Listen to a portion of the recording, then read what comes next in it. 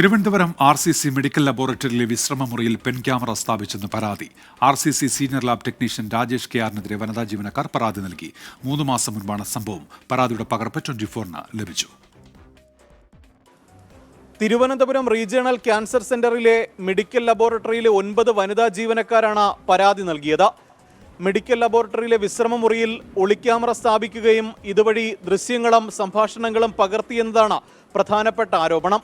Pen camera സ്ഥാപിച്ചാണ് ഇത്തരത്തിൽ സംഭാഷണങ്ങൾ പകർത്തിയത്. Medical ലബോറട്ടറിയിലെ തന്നെ സീനിയർ ടെക്നീഷ്യനായ രാജേഷ് KR-നെതിരെയാണ് ഇത്തരത്തിൽ ആരോപണം ഉയർന്നത്.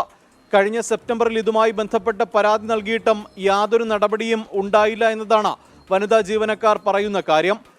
ഈ ആരോപണ വിധേയനായ ഉദ്യോഗസ്ഥൻ നേരത്തെയും വനിതാ ജീവനക്കാരെ അപമാനിക്കുകയും ദ്വയാർത്ഥ പ്രയോഗം നടത്തിയതെന്നും ഈ പരാതിയിൽ പറയുന്നുണ്ട്.